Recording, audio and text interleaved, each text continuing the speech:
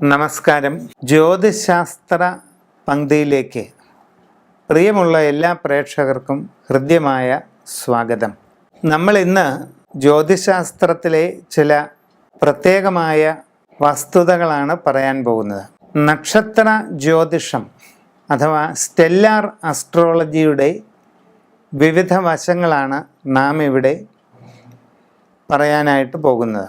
അശ്വതി മുതൽ രേവതി വരെയുള്ള 27 നാളുകാരുടെ പൊതുവായിട്ടുള്ള ഓരോരോ കാലഘട്ടങ്ങൾ എപ്രകാരമായിരിക്കാം, സാമാന്യമായിട്ടുള്ള അവസ്ഥകൾ ഓരോ സന്ദർഭങ്ങളിലും എങ്ങനെയൊക്കെ വന്നു ചേരാം തുടങ്ങിയ വിവിധങ്ങളായ വിഷയങ്ങൾ, അതാണ് നമ്മൾ ഇന്ന് പറയുന്നത്.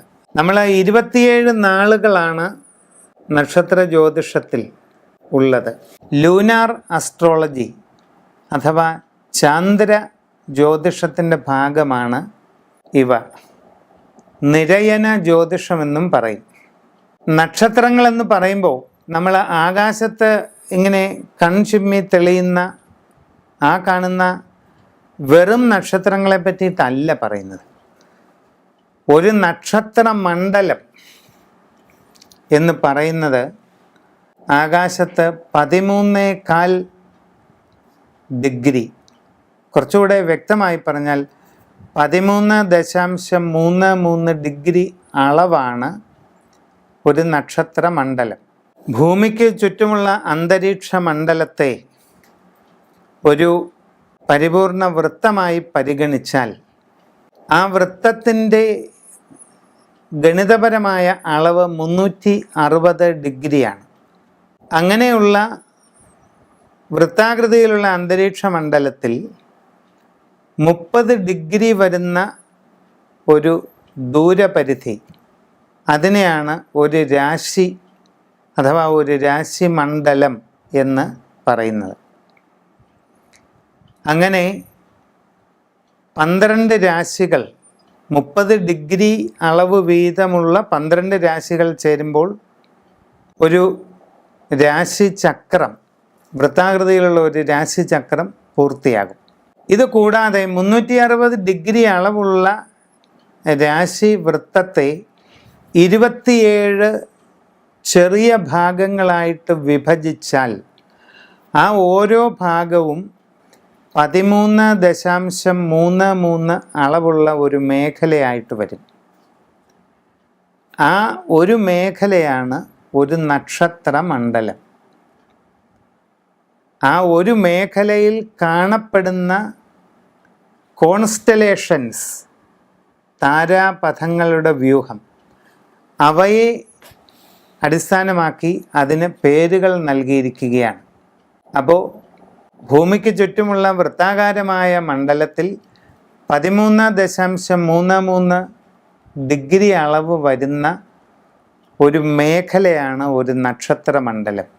അശ്വതി, ഭരണി, കാർത്തിക, രോഹിണി എന്നറിയപ്പെടുന്നത് ഈ നക്ഷത്ര മേഖലകളാണ്.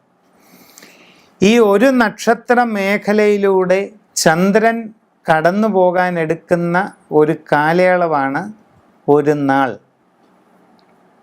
അത് ശരാശരി 60 നാഴിക അഥവാ 24 മണിക്കൂർ കൊണ്ടാണ് ഒരു നക്ഷത്ര മേഖലയിലൂടെ ചന്ദ്രൻ കടന്നു പോകുന്നത്.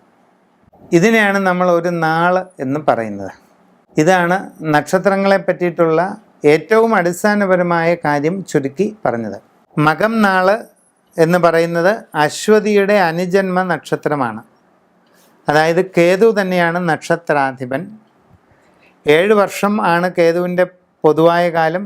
ഈ നാൾ തുടങ്ങി എത്ര നാഴിക വിനാഴിക കഴിഞ്ഞിട്ടാണ് ജനനമെന്നുള്ളതിനെ ആശ്രയിച്ച് ജന്മശിഷ്ടം എത്ര വർഷം കേതു ദശ ഉണ്ടായിരിക്കുമെന്ന് കണക്കാക്കുന്നു. ശൈശവം എന്തായാലും കേതുവിലായിരിക്കും. ആരോഗ്യ സംബന്ധമായ വിഷയങ്ങളൊക്കെ പൊതുവെ ശ്രദ്ധിക്കണം. അത് കഴിഞ്ഞാൽ ബാല്യപ്രായത്തിൻ്റെ ആരംഭം ശുക്രദശയിലാണ് വരുന്നത്.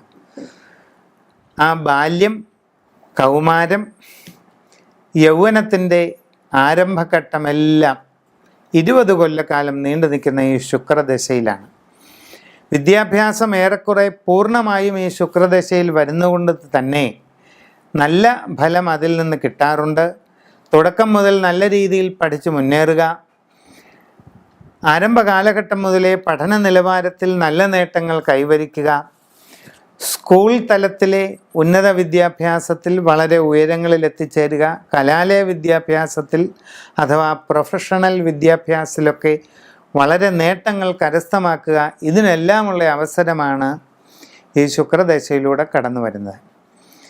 യൗവനത്തിൻ്റെ ആരംഭം കഴിഞ്ഞ ഒരല്പം കൂടെ ചെന്ന് കഴിഞ്ഞാൽ പിന്നീടുള്ള 6 വർഷക്കാലം ആദിത്യ ദശയാണ്. ഗുണദോഷ സമ്മിശ്രമാണ്.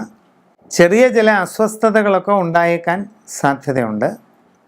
എങ്കിലും പൊതുവെ ശ്രദ്ധിച്ച് എല്ലാ കാര്യങ്ങളും ചെയ്താൽ നേട്ടങ്ങളാണ്. യൗവനത്തിൻ്റെ മധ്യകാലഘട്ടം ഒരു 10 വർഷക്കാലത്തോളം ചന്ദ്രദശയാണ്. പിന്നീട് വിദ്യാഭ്യാസത്തിൻ്റെ ഔന്നത്യങ്ങൾ, തൊഴിൽപരമായിട്ടുള്ള സ്ഥിരത, തൊഴിലിൽ നിന്നുള്ള നേട്ടങ്ങൾ, സാമ്പത്തിക കാര്യങ്ങൾ, വിവാഹം, ഇതിന് എല്ലാം ഉപോത്ബലകമായിട്ട് ഈ ചന്ദ്രദശാകാലം വരുന്നത് കൊണ്ട് ആ കാര്യങ്ങളിലെല്ലാം നല്ല നേട്ടങ്ങൾ ഉണ്ടായേക്കാം. ഈ യൗവനത്തിൻ്റെ അന്തിമഘട്ടത്തിൽ വരുന്ന ചൊവ്വാദശ ഗുണദോഷ സമ്മിശ്രമാണ്. ചില അസ്വസ്ഥതകളും ആരോഗ്യ പ്രശ്നങ്ങളും ഒക്കെ സൃഷ്ടിക്കാം. വീഴ്ച, പരിക്കുകൾ ഇവയൊക്കെ ഉണ്ടാകാതെ സൂക്ഷിക്കേണ്ടതാണ്.